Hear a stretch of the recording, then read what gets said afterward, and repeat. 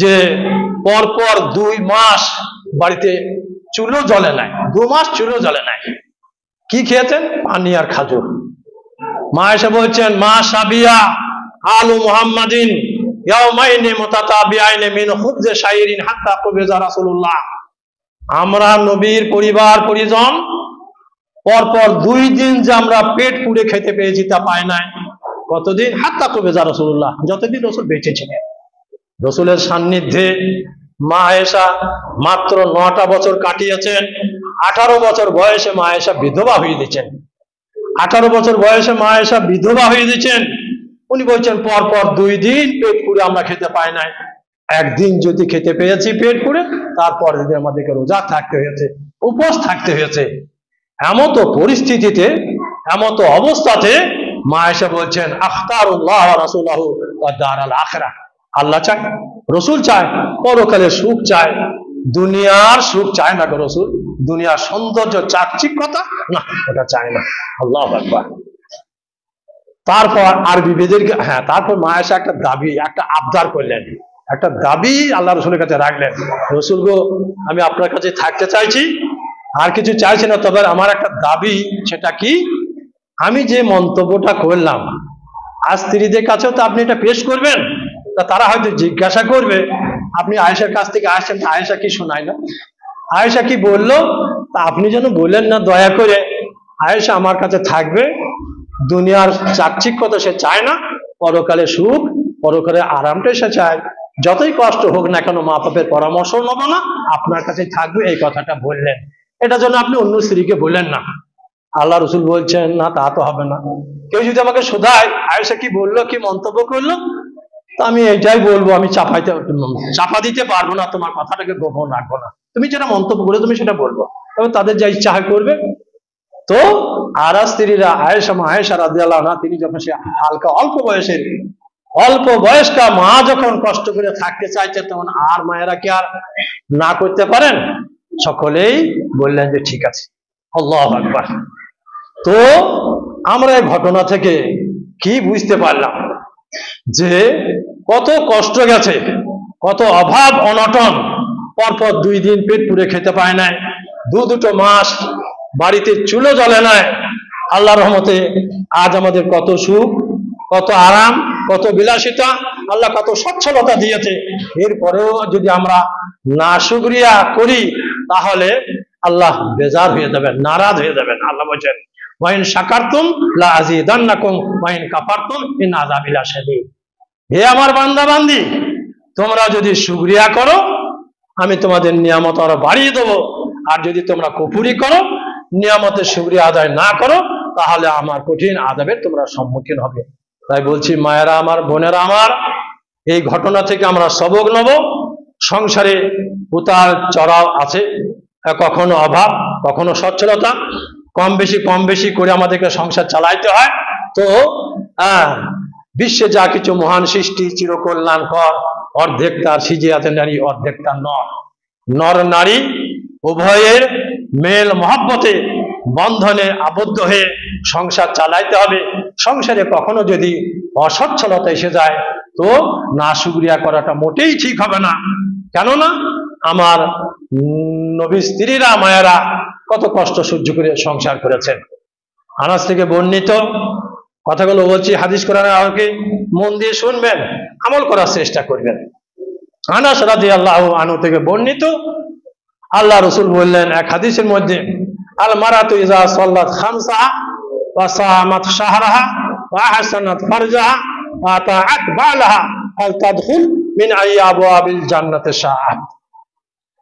আনাস থেকে বর্ণিত, আল্লাহ রাসূল বললেন, আল মারাতু ইযা সাল্লাত খামসাহা, 4টে কাজ, মায়েরা আপনার 4টে কাজ করুন, আপনাদের জন্য জান্নাতের দরজা উন্মুক্ত। আল মারাতু ইযা সাল্লাত খামসাহা, মেয়েরা যদি 5 ওয়াক্তের নামাজ পড়ে, সামাত শাহরাহা, রমজান মাসে রোজা রাখে, আহসানাত ফারজাহা, লজ্জাস্থানের হেফাজত করে, আতাআত বালাহা, স্বামীর আনুগত্য করে, ফাল তাদখুল মিন আবওয়াবিল জান্নাতি শাআত, জান্নাতের 4টে দরজা, জান্নাতের দরজা 8টা দরজা তার জন্য উন্মুক্ত হয়ে যাবে। যে দরজা দিয়ে ইচ্ছা সে সেই দরজা দিয়ে প্রবেশ করবে। কি বললেন আল্লাহ? আল্লাহ রসুল আমাদের কি বললেন? মাত্র 4টে কাজের কথা এই হাদিসের মধ্যে উল্লেখ করা হয়েছে। ইজা সাল্লাত খামসা, 5 ওয়াক্তের নামাজ আপনি ঠিক সময় মতো আদায় করুন। 5 ওয়াক্তের নামাজ ঠিক সময় মতো আদায় করবেন। সংসারে হয়তো ব্যস্ততা থেকে থাকে, আমরাও সংসার করছি বা সংসার করি, বন জঙ্গল থেকে আমরা আসি না, দেখি যে জোহরের সময় হয়তো এসে গেল, 12টা 10-এর মধ্যে জোহরের সময় এসে গেছে। সংসারে কাজ তো থাকবেই, ব্যস্ততা তো থাকবেই। তো স্বামীকে, ছেলেকে ইত্যাদি ইত্যাদিকে খাইয়ে টাইয়ে দিয়ে গোসল টুসুল সেরে হয়তো জোহরের নামাজ পড়ছে কখন? এই 2:30টার সময়, 2টোর সময় না। উত্তম আমল হলো আসসালাতু লিআউয়ালি ওয়াক্তিহা। আল্লাহ রসুলকে জিজ্ঞাসা করছেন আইয়ুল আমালি খায়রুন, সব থেকে ভালো আমল কি? আল্লাহ রসুল জিজ্ঞাসিত হয়েছেন খুব ভালো আমলের কথা, আল্লাহ রসুল আপনি বলুন। আল্লাহ রসুল বলছেন হ্যাঁ, আউয়াল ওয়াক্তে নামাজ পড়ার যে উত্তম আমল। ব্যস্ততা আছে, হ্যাঁ, কাজের মধ্যে আছেন, ঠিকই আছে, সংসারে কাজ থাকবে, হ্যাঁ, সংসার মানেই তো কাজ। তো রান্না বান্না 12টার আগে সেরে নেওয়ার চেষ্টা করবেন। 12টা 12:30টার মধ্যে হয়ে গেছে, তাড়াতাড়ি গোসল সেরে নেবেন, বাচ্চা কাচ্চাদেরকে খাইয়ে দেবেন, হ্যাঁ, নামাজ পড়িয়ে নেবেন, আওয়াল ওয়াক্ত করার চেষ্টা করবেন। তারপর এমনটাও যদি হয়, শরীর যদি পাক থাকে, শরীর যদি পবিত্র থাকে, আপনাকে নামাজ গোসল করতেই হবে এমনটা জরুরি নয়। শরীর পবিত্র আছে, আপনি ওযু করে নামাজটা পড়ে নিন, আওয়াল ওয়াক্তের জন্য হাত ছাড়া না হয়ে যায়। তারপরে ছেলেদেরকে খাওয়ান, স্বামীকে খাওয়ান, ইত্যাদিকে খাইয়ে টাইয়ে দিয়ে গোসল করে আরাম করুন, খাওয়া দাওয়া করুন। তো হ্যাঁ, 5 ওয়াক্তের নামাজ আপনি আদায় করুন। কখনো যদি কাজে কামে একটু দেরি হয়ে যায়, সেটা হয়তো ক্ষমার পর্যায়ে থাকবে। নামাজ আমাকে পড়তেই হবে, 5 ওয়াক্তের নামাজ আমার জন্য হাত ছাড়া না হয়।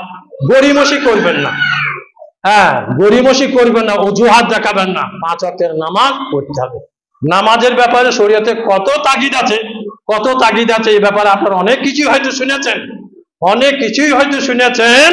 2-1টা হাদিস বলে আমি আগেই যাচ্ছি, হ্যাঁ, 2-1টা হাদিস বলে আগেই যাচ্ছি। বাইনাল আব্দুল কুফরি তারকুস সালাহ, মুমিন আর কাফেরের মাঝে পার্থক্য হচ্ছে নামাজ। নামাজ আছে তার ঈমান আছে, নামাজ যদি কারোর মধ্যে না থাকে তো তার ঈমান নাই। সাহাবায়ে কেরাম রাদিয়াল্লাহু আনহুম নামাজ ত্যাগকারীকে কাফের মনে করতেন, অন্যান্য আমল ছেড়ে দিয়েছে কাফের মনে করতেন না। আল্লাহ রসুল আউয়াল ওয়াক্তে সালাতকে আদায় করেছেন, আর সালাতের কত যত্নবান তিনি ছিলেন, কত যত্নবান ছিলেন। সারাটা জীবন আউয়াল ওয়াক্তে সালাত আদায় করে গেলেন। শেষ সময়, শেষ মুহূর্ত, বাচ্চাদেরকে একটু চুপ করবেন, শেষ সময়, শেষ মুহূর্ত, অসুস্থ আছেন, জামাতে যেতে পারছেন না, 3বার অজ্ঞান হয়ে গেলেন। 4র্থবারে ওনার সেবার জন্য আছেন আব্বাস আর আলী রাদিয়াল্লাহু আনহুমা। ওনারা দুজনে আল্লাহ রসুলকে ধরে ধরে নিয়ে গেছেন, ওদের কাঁধে হাত রেখেছেন। আল্লাহ রসুল ওদের কাঁধের উপরে হাত রেখে ভর দিয়ে মসজিদের দিকে যাচ্ছেন। আল্লাহ রসুলের 2 পা ছেঁচড়ে দিয়েছে, রিজলাহু তাকুত্তানি আলাল আরজ, জমির উপরে ছেঁচড়ে গিয়ে মসজিদে হাজির হলেন। তাই বলছি আমরা নামাজের অবশ্যই যত্নবান হব। আল্লাহ রসুল কত নামাজ পড়েছেন। আরে মা আয়েশার কথাই বলছিলাম, মা আয়েশা রাদিয়াল্লাহু আনহা 19 বছর বয়সে উনি বিধবা হয়ে দিয়েছেন। ওনার নামাজের এত ভক্তি ছিল, রোজার এত ভক্তি ছিল, এত ওনার দানের ব্যাপারে হাত লম্বা ছিল, শুনলে অবাক হয়ে যাবেন। একবার ওনার ভাইপো, কে ওনার ভাইপো আব্দুর রহমান বিন আবু বকর, মা আয়েশার ভাইপোকে আব্দুর রহমান, কাসেম বিন আব্দুর রহমান, আবু বকরের পুত্র হচ্ছে আব্দুর রহমান, ওর পুত্র হচ্ছে কাসেম। মা আয়েশার ভাইপো কাসেম বলছেন আমি একবার ফুপুর বাড়ি এলাম, যে আমি তো বাজার যাবো, ফুপুর যদি কোনো বাজারের দরকার হয় তো ফুপুকে বলবো, ফুপুকে আমি বাজার চললাম, কিছু দরকার হয় তো বলুন, আমি এনে দেবো। ফুপুর কাছে আসছি, কে? কাসেম বিন আব্দুর রহমান, আব্দুর রহমানের পুত্র কাসেম ফুপুর কাছে আসছেন, ফুপুর কিছু বাজারের দরকার হলে এনে দেবেন। তো আসছেন তো দেখছি ফুপুর নামাজ পড়ছেন। কিসের নামাজ? 8টা-9টার সময় কিসের নামাজ? চাস্তের নামাজ। ফুপু চাস্তের নামাজ পড়ছেন। তো নামাজে দাঁড়িয়ে আছেন, আর ওই সূরা তুরের একটি আয়াত, 27 নম্বর আয়াত পড়ছেন, قد من الله علينا ووقانا عذاب السموم قد من الله علينا ووقانا عذاب السموم। আল্লাহ আমাদেরকে জাহান্নামের আযাব থেকে বাঁচিয়ে নিলেন, আমাদের উপরে ইহসান করলেন, দয়া করলেন। জাহান্নামের আযাব থেকে বাঁচিয়ে নিলেন। সূরা তুরের 57 নম্বর আয়াতের অর্থ এটা। এই সূরা তুরের এই আয়াতটা পড়ছেন আর কাঁদছেন। কাসেম, ওনার ভাইপো কাসেম কিছুক্ষণ দাঁড়িয়ে আছেন, দেখ ফুপুর নামাজ পড়ছে, নামাজটা হোক, সালাম ফেরা হোক, তারপর বলবো ফুপুকে বাজার চললাম তো কিছু সওদা করতে হয়তো বলুন। অনেকক্ষণ দাঁড়িয়ে থাকলেন, অনেকক্ষণ ওই আয়াত পড়ছেন আর হাও হাও করে কাঁদছেন।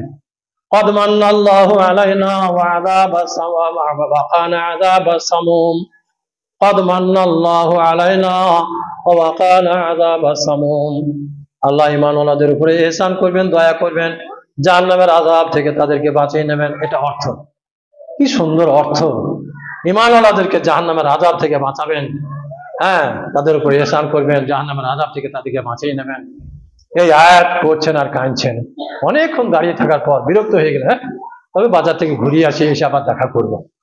হ্যাঁ, বাজারে আধ ঘন্টার মধ্যে কাজ হারা হয়ে গেল। আসছেন তো দেখছেন, ও বাবা, মা ফুপু তখনও নামাজই পড়ছেন, তখনও নামাজ পড়ছেন। অনেকক্ষণ পর যখন সালাম ফিরলেন, তখন কাসেম বিন আব্দুর রহমান বলছেন, ফুপু যান, আপনার কাছে আমি এসেছিলাম বাজার যাওয়ার আগে, তো আপনি নামাজ পড়ছিলেন আর এই সূরা তুরের আয়াত তেলাওয়াত করছিলেন গুনগুন করে। অনেকক্ষণ অপেক্ষা করলাম, তারপর চলে গেছিলাম। বাজার থেকে এসে দেখছি না নামাজই পড়ছেন, তাই বলুন বাজারে কোনো দরকার থাকে বলুন, বাজার করে এনে দিই।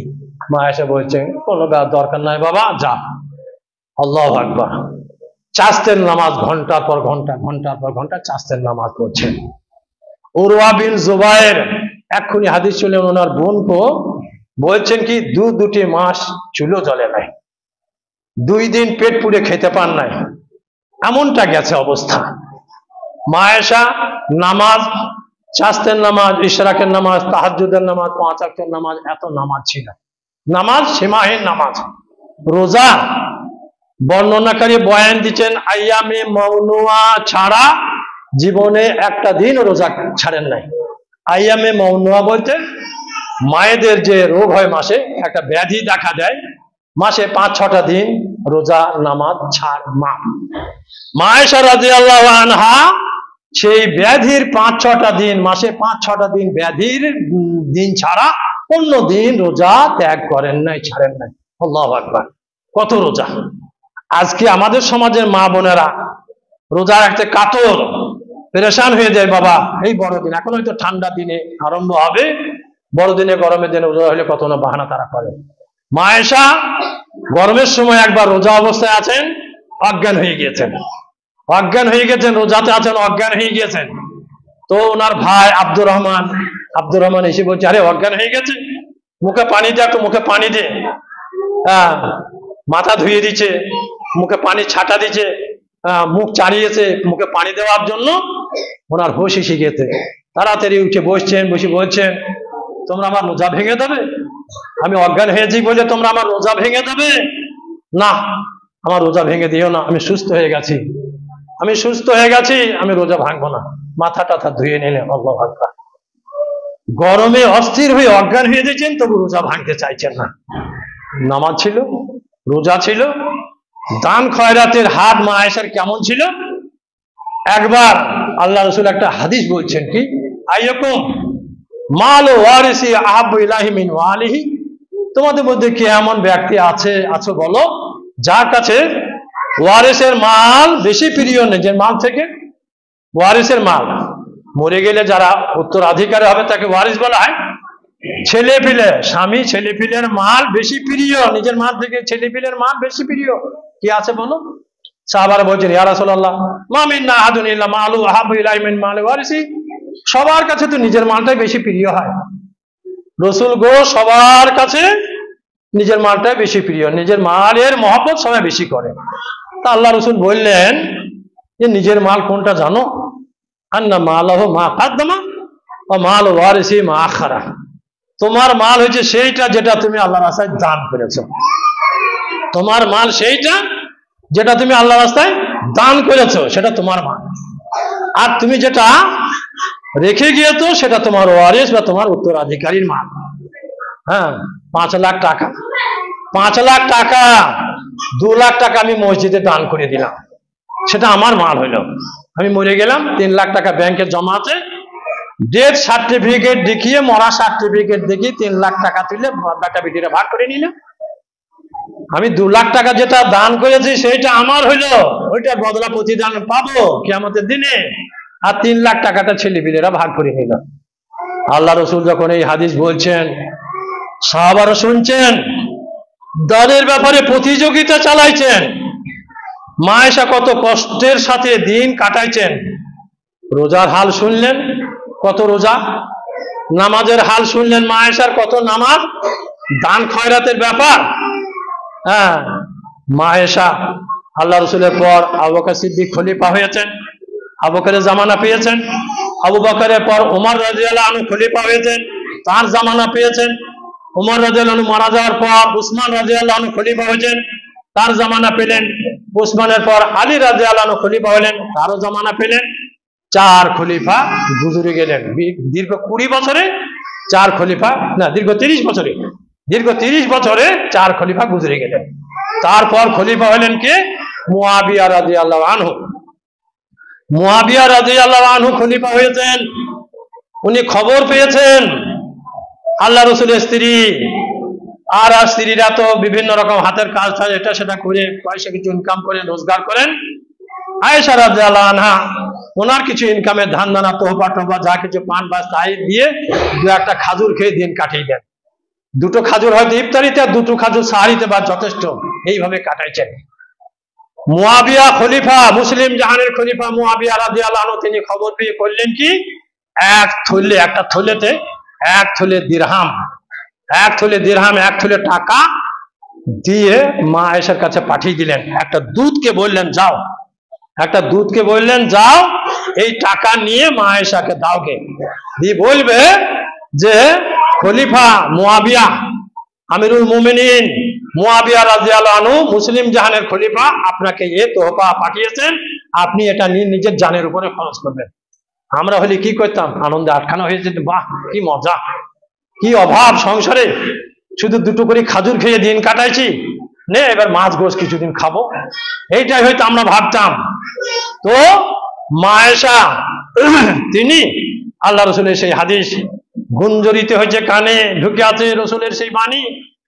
মা আয়েশা কোরআনের হাফেজ ছিলেন। মা আয়েশা হাদিসের বিখ্যাত পণ্ডিত ছিলেন। কতটা হাদিস মা আয়েশার মুখস্থ ছিল? 2210টা হাদিস মা আয়েশার মুখস্থ ছিল। আমরা হয়তো 10টা হাদিস মুখস্থ বলতে পারি না, মা আয়েশার 2210টা হাদিস মা আয়েশার মুখস্থ ছিল। তো মা আয়েশার কানে সে হাদিসও তো ঢুকে আছে। আল্লাহ রসুল বলেছেন, তোমার মাল সেটা যেটা তুমি দান করলে সেটা তোমার মাল, আর যেটা তুমি খেলে পড়লে রেখে গেলে সেটা তোমার নয়, তোমার বেটা বেটিরা ভাগ করে নেবে। মা আয়েশার কানে সেই হাদিস ঢুকে আছে।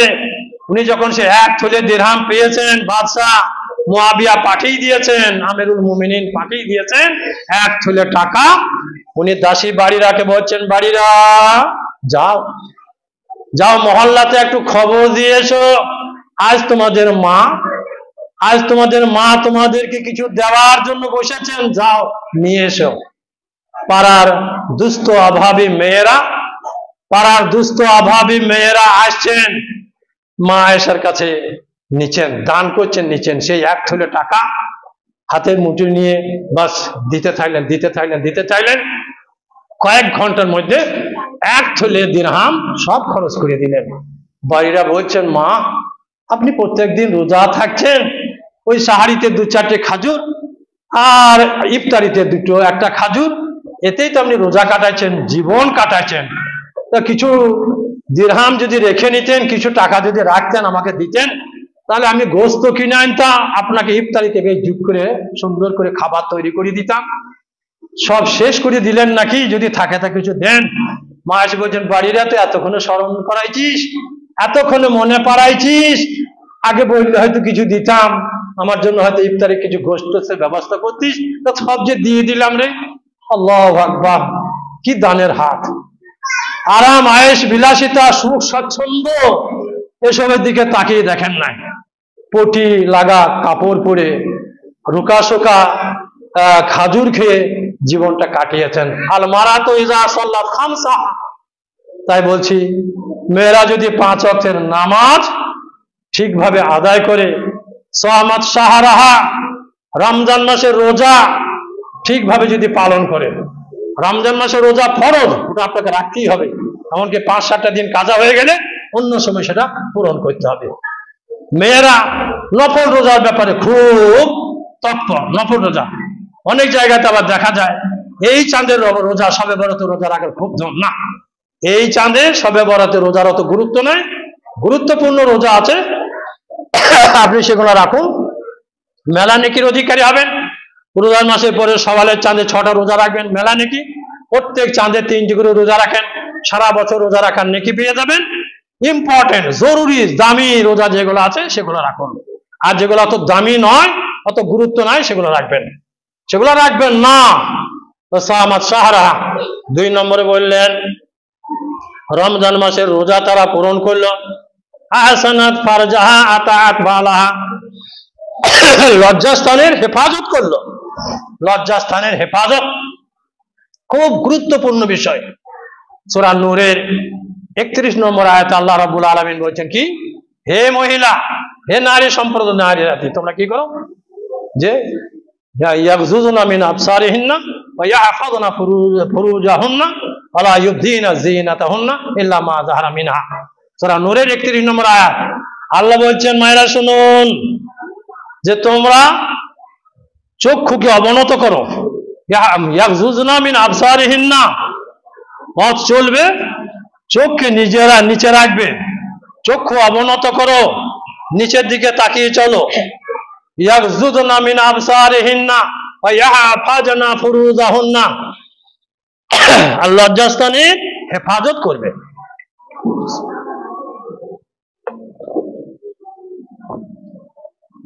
চক্ষু অবনত রাখবে, রাস্তার দিকে নিচে চক্ষু নিচু করে চলবে, আর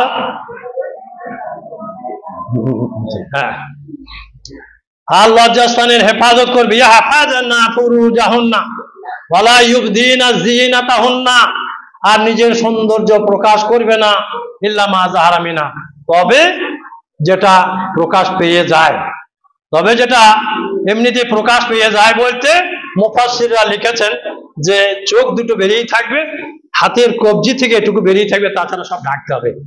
এই সূরার ব্যাখ্যাতে এটাই বলা আছে। চক্ষু আমরা অবনত রাখবো, লজ্জাস্থানের হেফাজত করব, আর যে লজ্জাস্থান ইজ্জতের হেফাজত করব, আর জিনাত সৌন্দর্য প্রকাশ করব না। ওয়ালা ইউবদিনা যিনাতাহুন্না, সৌন্দর্য প্রকাশ করব না। মায়েরা কান করে শুনুন, কান করে শুনুন। আমার মেয়েটা তো এখন 2টো ছেলের মা হয়ে গেছে, এখন 40 বছর বয়স হয়ে গেছে আমার মেয়েটা, একটাই মেয়ে। তা আমার মেয়েটা ছোটতে আমার সাথে চলাফেরা করতো, 8-10 বছর বয়স, আমি মালসার সাথে করে নিয়ে আসতাম, কোথায় যা কোনো জায়গায় জাল সাথে গেলে সে মেয়েটাকে সাথে করে নিয়ে যেতাম। একবার এক সময় আমার মেয়েটা আমাকে বলছে, আব্বাজান মেয়েটা মাথায় কাপড় দিয়েছে, কেমন দেখুন। তাহলে হ্যাঁ, মাথায় কাপড় দিয়েছে, ও কান মানে অর্ধেকটা মাথা খালি আছে আর মুখ খালি আছে, কানটা খালি আছে। আবার যদি ওর মাথাটা পুরো ঢাকা আছে তো কানটা দেখছি বেরিয়ে আছে। তা বলছে কানটা কেন বেরিয়ে আছে আপনি বুঝতে পারছেন? না না আমি বুঝতে, যদি আমি বুঝতে পারছি তা বলছে না আমি বুঝতে পারছি না, ওই যে কানে যে 2টো ঝুমকা দেওয়া আছে বড় বড়, লোককে দেখাবার লেগে, হ্যাঁ এমনি করে কাপড়টা দিয়েছে, কানটাকে বের করে রেখেছে, ও দেখাইতে চাইছে যে আমার কানের ঝুমকা দেখ কেমন। আমার মেয়েটা আমাকে বলছে, মানে হ্যাঁ আমার ঠিকই বলেছি রে, মানে প্রত্যেক গোড়া এই কপাল থেকে একবার এমনি করে ঢেকে নিয়েছে, কানটা বেরিয়ে আছে, মানে ঝুমকা দেখাইতে চাইছে, তাই না মা? হ্যাঁ গো আব্বা, ও ঝুমকাটা দেখাইতে চাইছে। আল্লাহ কি বললেন? ওয়ালা ইউবদিনা যিনাতাহুন্না, তুমি তোমার সৌন্দর্য প্রকাশ করবে না, রূপ লাবণ্য, হ্যাঁ রূপ লাবণ্য এসব প্রকাশ নয়। ইল্লা ওয়ালা ইউবদিনা যিনাতাহুন্না, হ্যাঁ সৌন্দর্য প্রকাশ করবে, ইল্লা মা যাহারা মিনহা, তবে যেটা প্রকাশ পেয়ে যায়। আপনি নেকাব পরে আছেন, চোখ দুটো বেরিয়ে আছে, ঠিক আছে থাকবে, চোখ দুটো বেরিয়ে আছে থাকবে, আর হাতের কবজি থেকে এটুকু, তাছাড়া সম্পূর্ণ শরীর ঢেকে রাখতে হবে, সম্পূর্ণ শরীরকে ঢেকে রাখতে হবে। এটা হচ্ছে আল্লাহ পাকের ফরমান। তো মায়ের আমার, লজ্জাস্থানের হেফাজত বলতে বুঝতে পারলেন আল্লাহ কি চাইছে আপনার কাছ থেকে, আল্লাহর কি হুকুম, কি অর্ডার বুঝতে পারলেন। সূরা নূরের 31 নম্বর আয়াত।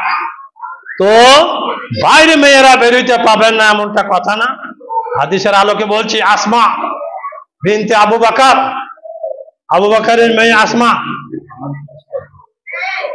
আওয়াজ করেন না, আওয়াজ করেন না, তাহলে আপনারা শুনতে পাবেন না।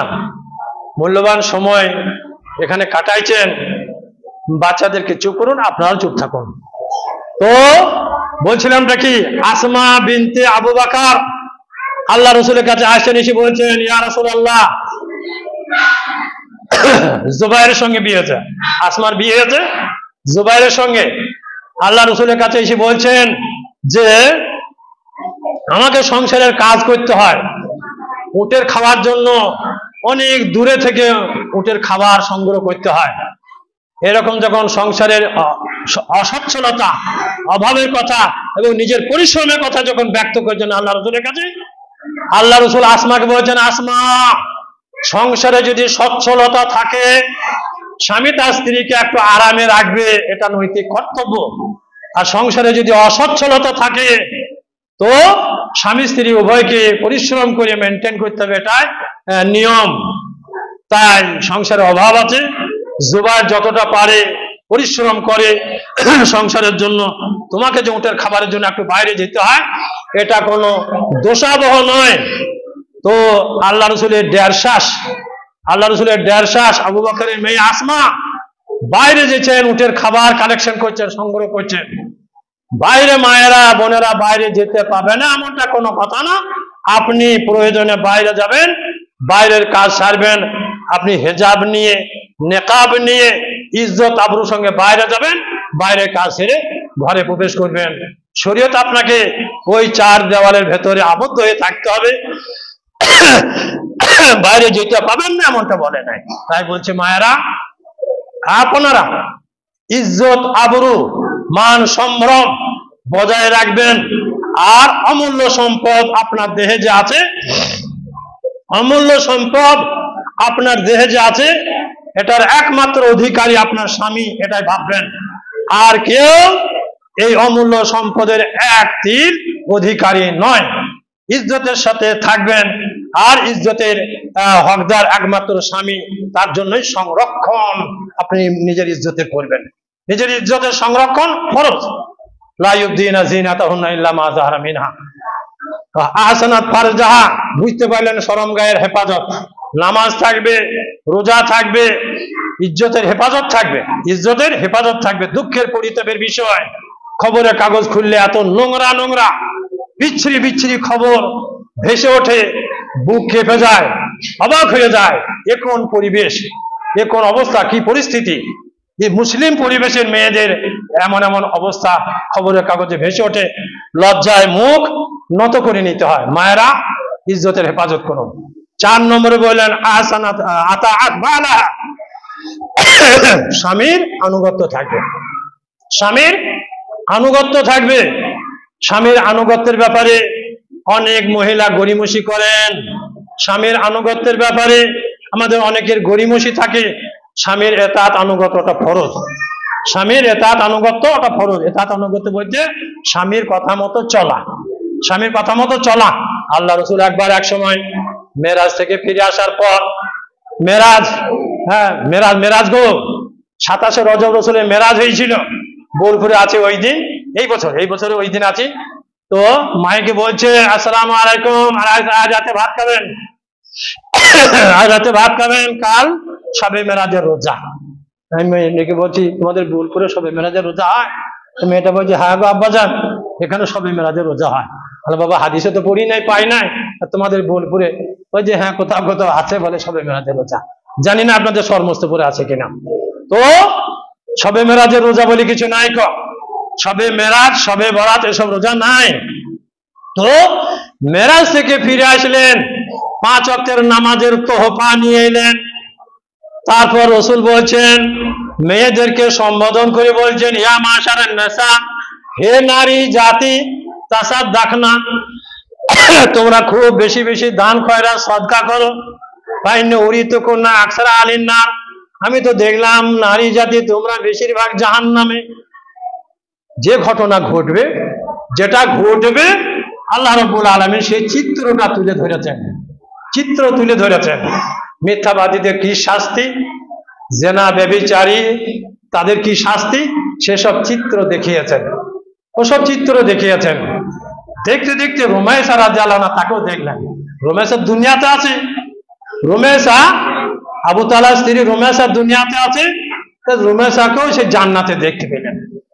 ফিরে আসলেন, ফিরে আসার পর বলছেন, হে নারী জাতি, তোমরা সদকা করো ফাইন উড়িতে কোন আকসার আলিনা, মেয়েরা বেশি জাহান্নামে যাবে, মেয়েদেরকে জাহান্নামে বেশি দেখলাম। তো মেয়েরা তখন জিজ্ঞাসা করছে, ইয়া রাসূলুল্লাহ, বেমা কেন, কেন মেয়েরা বেশি জাহান্নামে যাবে? বেশি জাহান্নামে যাওয়ার কারণটা কি? আল্লাহ রসুল কারণ দর্শালেন, দুটো কথা বললেন। আল্লাহ রসুল মেয়েরা বেশি জাহান্নামে যাবে তার দুটো কারণ দর্শালেন। সেই দুটো কারণ কি? তুকসিরনাল লানা ওয়া তাকফুরনাল আশির। তুকসিরনাল লানা ওয়া তাকফুরনাল আশির, যে তোমরা বেশি লান টান করো, অভিশাপ, অভিসম্পাদ, বদদোয়া, এটা তোমাদের মুখ থেকে বেশি বের হয়। নারীদেরকে বললেন, আর তাকফুরনাল আশির, তোমরা স্বামীর অবাধ্য হও, স্বামীর অবাধ্য হও, স্বামীর কথা মানো না। তো বদদোয়া, অভিশাপ, অভিসম্পাদ মেয়েদের মধ্যে বেশি হয়। আমরা দেখেছি, একটু যদি তার বেটি হয়তো একটা বাটি ভেঙে দিল, নাই কিছু হারিয়ে দিল, তখন মা বলে বসে কি, চোখ খাকি তোর কাজের ঢং হইল না, চোখ খাকি তোর কাজের ঢং হইল না। জাহান্নামী, ওলা ওঠা, বাজে পড়া, এইসব কথা মেয়েদের মুখ থেকে বেরিয়ে আছে। কি হয়, কি হয় না? তুকসিরনাল লানা, কথায় কথায় বদদোয়া, অভিশাপ, অভিসম্পাদ, এটা হয়। আর কি? তাকফুরনাল আশির, স্বামীর অবাধ্য হও, স্বামীর অবাধ্য হও। 4 নম্বরে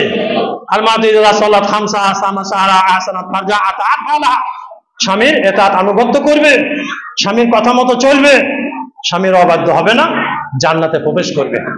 স্বামীর হক হাদিসে চরম ভাবে বর্ণিত হয়েছে। হ্যাঁ, তালাক বিন আলী থেকে বর্ণিত।